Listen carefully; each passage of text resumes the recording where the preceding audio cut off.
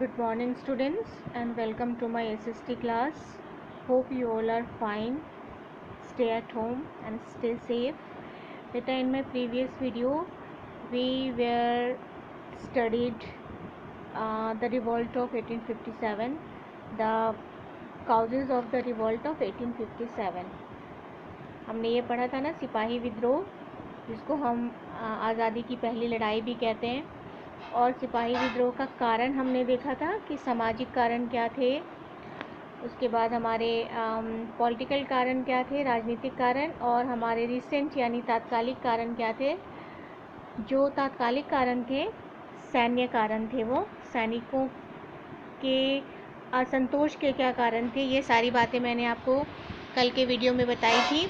ठीक है, कि वो क्यों असंतुष्ट थे अंग्रेज़ी सरकार से, वो क्यों हमारे भारतीय सैनिक जो ब्रिटिश ट्रूप में थे उन्होंने अंग्रेज़ों के ख़िलाफ़ आवाज़ उठानी शुरू कर दी, क्यों उन्होंने विद्रोह किया, ये सारी बातें मैंने आपको बताई थी। अब आज जो है बच्चों, मैं आपको पॉलिटिकल रीज़न को थोड़ा और विस्तार से बताऊंगी कि पॉलिटिक्स उस समय कैसा था भारत का, और अंग्रेज़ कौन कौन सी पॉलिसीज़ अपना के, कौन कौन सी योजनाएं अपना के जो है वो भारत को अपने कब्ज़े में करने का प्रयास कर रहे थे। भारत की पॉलिटिक्स पर अंग्रेज़ों का शिकंजा जो है दिनों दिन कैसे बढ़ता जा रहा था, इसके बारे में कुछ बातें करेंगे आज हम। तो सबसे पहला जो पॉलिटिकल रीज़न है और मोस्ट इम्पॉर्टेंट रीज़न है वो है अंग्रेज़ों की, ब्रिटिश गवर्नमेंट की जो ईस्ट इंडिया कंपनी थी, उनकी एक पॉलिटिकल पॉलिसी उन दिनों आई थी जिसका नाम था डॉक्ट्राइन ऑफ लैप्स। ठीक है, डॉक्ट्राइन, डॉक्टर जानते हैं ना, उसी से डॉक्ट्राइन बना है, DOCTORINE, डॉक्ट्राइन, फिर ऑफ लैप्स। इसकी हिंदी हम कह सकते हैं इसको हड़प नीति। मतलब भारतीय राज्यों को किन किन तरीक़ों से अंग्रेज़ों ने हड़पना शुरू किया, उसमें सबसे इम्पॉर्टेंट उनकी ये वाली पॉलिसी थी, डॉक्ट्राइन ऑफ लैप्स पॉलिसी। ये it was started by Lord Dalhousie. ठीक है ना, ये जो गवर्नर जनरल था लॉर्ड डलहौजी, उसने इस डॉक्ट्राइन ऑफ लैप्स को शुरू किया था। और बहुत सारे भारतीय राज्य 1847 से 1856 तक इस पॉलिसी के अंतर्गत अंग्रेज़ों ने हथिया लिए थे।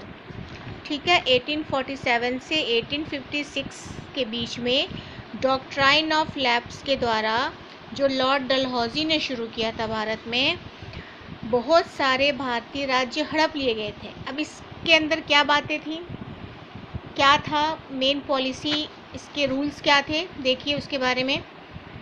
कि according to the doctrine of lapse,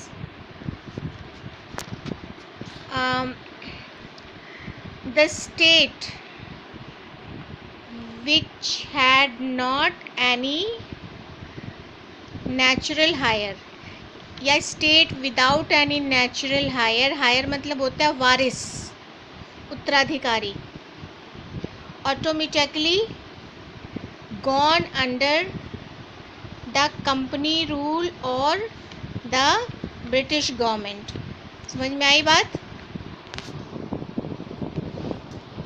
जो भी भारतीय राज्य जिनके कोई संतान नहीं था, ठीक है ना, कोई भी भारतीय राज्य जिनका कोई राजकुमार नहीं था, जिनका कोई उत्तराधिकारी नहीं था, जिनका कोई वारिस नहीं था, वो अपने आप ही अंग्रेज़ी सरकार के अधीन जाने को विवश हो रहे थे। क्योंकि जो अंग्रेज़ी गवर्नमेंट थी, जो ब्रिटिश सरकार थी, उन्होंने एडॉप्टेड हायर को मानने से इनकार कर दिया। उन्होंने ये बोला कि जो गोद लिए हुए उत्तराधिकारी हैं वो गैर कानूनी है, वो इलीगल है, उनको हम नहीं मानेंगे। ठीक है, और जो नेचुरल हायर है वही वास्तव में किसी भी राज्य का उत्तराधिकारी हो सकता है। अगर किसी राज्य का नेचुरल हायर यानी कि वास्तविक उत्तराधिकारी नहीं है तो वो राज्य अपने आप ब्रिटिश गवर्नमेंट के अधीन हो जाएगी, ब्रिटिश सरकार के अधीन हो जाएगी। मतलब एडॉप्टेड हायर को इन्होंने मान्यता नहीं दी थी, ठीक है ना। और इसके अंतर्गत बहुत सारे राज्य जो हैं वो अंग्रेज़ी सरकार के अधीन चले गए, जिसमें देखिए झांसी, उसके बाद सबसे मोस्ट इम्पॉर्टेंट नाम झांसी का आता है, फिर कानपुर है, बिठूर है, सतारा, संबलपुर, उदयपुर, ये सारे और भी बहुत सारे राज्य थे जो डॉक्ट्राइन ऑफ लैप्स पॉलिसी की वजह से अंग्रेज़ी सरकार के अधीन जा रहे थे। सबसे मोस्ट इम्पॉर्टेंट नाम झांसी मैंने इसलिए बोला क्योंकि आपको पता है झांसी की रानी लक्ष्मीबाई, उनके कोई भी संतान नहीं थी और उन्होंने अपने राज्य का उत्तराधिकारी एक गोद लिए हुए बच्चे को बनाया था। उन्होंने अपने किसी सखी के बेटे को, किसी फ्रेंड के बेटे को गोद ले लिया था और उन्होंने, झांसी की रानी लक्ष्मीबाई ने उस गोद लिए हुए बच्चे को, एडॉप्टेड जो उनका सन था, उसको झांसी का उत्तराधिकारी घोषित कर दिया था। लेकिन अंग्रेज़ों ने जो डॉक्ट्राइन ऑफ लैप्स निकाला था उसके अंतर्गत एडॉप्टेड सन जो है वो किसी भी राज्य का उत्तराधिकारी नहीं हो सकता था। तो अंग्रेज़ों ने झांसी की रानी लक्ष्मीबाई को बोला कि आपका कोई वारिस नहीं है इस राज्य का, तो आपका राज्य हमें मिल जाएगा अपने आप ही, तो आप अपना राज्य खाली कर दो और इस पर अंग्रेज़ों का शासन है, ये हमारे अंदर में आ गया। लेकिन लक्ष्मीबाई ने क्या बोला, आप सबको पता है कितनी महान देशभक्त थी और इतनी बड़ी वीरांगना थी। उन्होंने कहा कि मैं सुई के नोक के बराबर भी झांसी अंग्रेज़ों को नहीं दूंगी, और उन्होंने अंग्रेज़ों से बड़ी बहादुरी के साथ युद्ध किया। 1857 की क्रांति की एक बहुत ही प्रमुख नेता थी ये, बहुत ही प्रमुख वीरांगना के रूप में हम इनको याद करते हैं, जिन्होंने 1857 की सैनिक विद्रोह में बढ़ चढ़कर हिस्सा लिया, अंग्रेज़ों के साथ युद्ध किया, अंग्रेज़ों को अपनी झांसी नहीं दी और अंत में वीर गति को प्राप्त हो गई। तो ये डॉक्ट्राइन ऑफ लैप्स की वजह से हुआ था कि अंग्रेज़ उनसे झांसी मांग रहे थे कि उनका कोई वारिस नहीं है और उन्होंने देने से मना कर दिया। और उसी समय आपको पता है विद्रोह हमारे देश में हुआ। तो ये जो डॉक्ट्राइन ऑफ लैप्स है, इसकी वजह से बहुत सारे राज्य और राज्य के जो राजा थे वो सब अंग्रेज़ों के खिलाफ हो गए, जिसमें मैंने बताया झांसी तो था ही, कानपुर, बिठूर, सतारा, ये सब महाराष्ट्र के, उसके बाद संबलपुर है, उदयपुर है, ये सारे राज्य जो हैं वो अंग्रेज़ों के खिलाफ हो गए और उन्होंने अंग्रेज़ों के खिलाफ बगावत शुरू कर दी, ठीक है। अभी दूसरा एक और पॉलिसी है कुशासन के आधार पर, है ना, कुशासन के आधार पर, यानी कि अंग्रेज़ों ने अब दूसरी पॉलिसी क्या निकाली कि बैड मैनेजमेंट, बैड रूल की वजह से भी उन्होंने बहुत सारे राज्यों को अपने अधीन कर लिया, यानी कुशासन का आधार बनाया, कुशासन के आधार पर, ठीक है।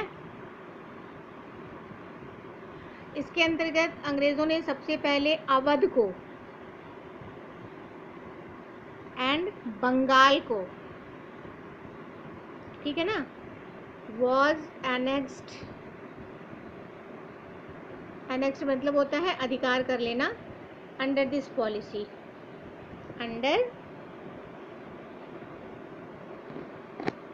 दिस पॉलिसी, ठीक है।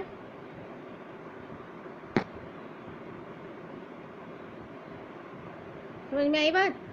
अब अंग्रेज़ों ने और दूसरा बहाना क्या निकाला कि जिस राज्य में अच्छा शासन नहीं चल रहा है, मैनेजमेंट बढ़िया नहीं है, अव्यवस्था फैली हुई है, अराजकता फैली हुई है, इस बात को आधार बनाकर उन्होंने भारत के दो महत्वपूर्ण राज्यों को हड़प लिया, जिसमें अवध है। अवध उन दिनों उत्तर प्रदेश पूरा मान लीजिए बहुत ही बड़ा और समृद्धशाली राज्य माना जाता था, तो अवध को उन्होंने कब्जे में कर लिया, क्योंकि अवध के नवाब अंग्रेज़ों के अनुसार अच्छी तरह से शासन नहीं कर रहे थे, ठीक है।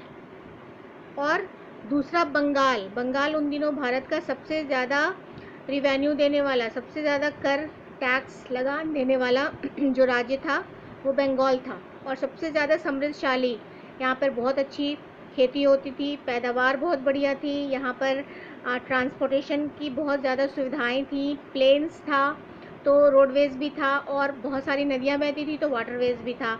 नदियों की वजह से फर्टाइल लैंड था, जिससे कि बहुत ज़्यादा पैदावार हो रहा था बंगाल में। उसके बाद बंगाल में बहुत सारे व्यापारीगण भी थे, व्यापारियों का गढ़ था ये। कपड़ा उद्योग बहुत ज़्यादा विकसित हो रहा था इन दिनों। तो अवध और बंगाल दोनों ही भारत के मोस्ट इम्पॉर्टेंट राज्यों में से एक थे। तो अंग्रेज़ों ने कुशासन का आधार बनाकर इनको भी अपने अंडर में कर लिया, अपना अधिकार कर लिया। ईस्ट इंडिया कंपनी ने अवध को कब्जा कर लिया और बंगाल पर भी अपना कब्जा कर लिया पलासी और बक्सर की लड़ाई के बाद। तो इस तरह से हम देख रहे हैं कि जो पॉलिटिकल रीज़न था वो भी बहुत हद तक 1857 की क्रांति के लिए जिम्मेदार था, डॉक्ट्राइन ऑफ लैप्स की वजह से। और जो इनका जो कुशासन को आधार बनाकर इन्होंने जो राज्यों को हड़पने की नीति बनाई थी बैड रूल पॉलिसी के अंतर्गत, उससे भी बहुत सारे राज्य जो है वो अंग्रेज़ों के खिलाफ होते गए। उनके मन में अंग्रेज़ों के प्रति घृणा और असंतुष्टि की भावना जागृत होने लगी, और ये सब जो है माहौल बनता चला गया 1857 की क्रांति का। ठीक है बेटा, तो अब अगली क्लास में मैं इसके बाद की बातें बताऊंगी, और भी बहुत सारे रीजंस हैं। फिर हम अगली क्लास में कुछ इम्पॉर्टेंट लीडर्स की बात करेंगे कि कौन से स्थान पर कौन सा लीडर जो है 1857 की क्रांति का मुख्य हीरो रहा है। तो इन सब के बारे में हम अगली क्लास में चर्चा करेंगे। ठीक है बेटा, तो watch my video and subscribe my channel. Have a nice day. Thank you.